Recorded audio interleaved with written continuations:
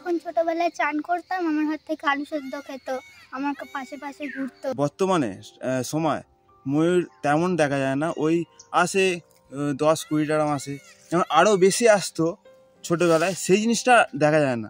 রাজস্থানের জয়সালমীরের মতোই নীলকণ্ঠী ময়ূরের দেখা মেলে হুগলির রাজহাটে। গান্ধীগ্রাম, ভাদুরিয়া, সুগন্ধা, আমপাড়া, আলিয়াশকেপুর অঞ্চলে মনের আনন্দে নেচে বেড়ায় ময়ূর ময়ূরী। নীলমণি চক্রবর্তী, রাহাট উত্তরপাড়ায় বাড়ি। সেখানে বড় পুরনো দালান ছিল, কালী মন্দির ছিল, ওইখানে পুরো বাড়িতে ময়ূর ছিল।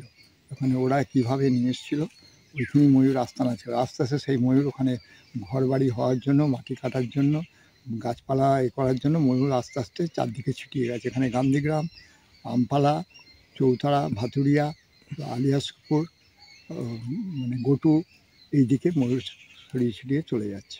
কুন্তী ও সরস্বতী এই দুই নদীর মাঝে থাকা সুবিশাল এক এলাকা হুগলি জেলার পোলবার রাজহাট। আপাত দৃষ্টিতে গাছগাছালি দিয়ে ঘেরা সাধারণ এক গ্রাম মনে হলেও এই গ্রামের বিশেষত্ব রয়েছে। এখানে মানুষদের সঙ্গে সহাবস্থান ময়ূর ময়ূরীদের। তাদের খাবার দেওয়া থেকে চিকিৎসা সবটাই ভালোবেসে করেন গ্রামের বাসিন্দারা। ও বিকেল বেলাও আসে, আবার দুপুর বেলাও মাঝে মাঝে। একটা ময়ূর তো সবসময়ই আসে খেতে। ও মানে সকালবেলাও খেতে চলে আসে। ওকে যদি না খেতে দিই, ও ঠিক চুপচাপ বসে থাকে এক জায়গায়। ওকে খেতে দিতেই হয়। আগে কি হাঁক ঝাঁক দেখতে? হ্যাঁ, আগে কি অনেক পরিমাণে ময়ূর? হ্যাঁ, আগে অনেক পরিমাণে ময়ূর দেখা যেত, কিন্তু এখন ময়ূর মানে অন্যদিকে ধান টান চাষ হয়েছে, ওইদিকে খেতে চলে গেছে।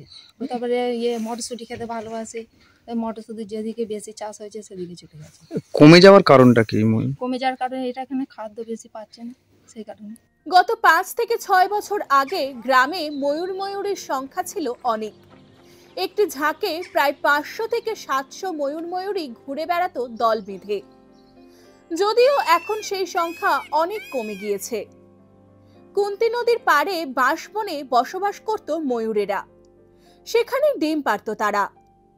নদী বর্তমানে স্রোত হারিয়ে স্থির হয়ে গিয়েছে, কেটে ফেলা হচ্ছে গাছ, এমনকি চুরি হয়ে যাচ্ছে ডিম। এছাড়াও কুকুরের কামড়ে জখম হচ্ছে ময়ূর। পর্যটকরা গ্রামে ঘুরতে এসে ময়ূরের দেখা পেলেই কাছে চলে যান। এমনকি পিকনিক করতে আসা মানুষের বক্স বাজানোর আওয়াজে ভয় পেয়ে যায় ময়ূর। গ্রামবাসীরা নিষেধ করলেও শোনা হয় না তাদের কথা। ময়ূর আমাদের জাতীয় পাখি, সেই ময়ূর যাতে সেখানে ভালোভাবে থাকতে পারে, তাদের যেন কোনোরূপ সমস্যা না হয়। এর আগেও আমরা ওই জায়গাটা একটা পিকনিক স্পট আছে, আমরা এর আগেও পোস্টার ব্যানার আমরা করেছিলাম যাতে জোরে কোনো সাউন্ড না হয়, যাতে ময়ূরের কোনোরূপভাবে অসুবিধা না হয়। এবং আমরা এখন ঠিক করছি যে আমাদের জেলা পরিষদ এবং জেলা প্রশাসনের মাধ্যমে সেই ময়ূর কী করে ভালোভাবে থাকতে পারে, তাদের খাওয়া দাওয়া, তাদের যাতে অভাব না হয়, সেটা আমরা তার দিকে আমরা নজর দিচ্ছি। এবং আগামী দিনে আরও সচেতনতামূলক আমরা প্রচার করব যে আমাদের যে এই রাজহাট জিপির, আমাদের হুগলি জেলার রাজহাট পঞ্চায়েতের মধ্যে যে ময়ূরের একটা অংশ রয়েছে, ময়ূররা সেখানে যাতে ভালোভাবে থাকতে পারে, আমরা সেই সচেতনতা প্রচার আমরা করব। মন ভালো নেই জাতীয় পাখিদের। তাদের সঠিকভাবে দেখভাল না করলে একদিন হয়তো হুগলির রাজহাটে ময়ূরমহল নামটাই কেবল থাকবে।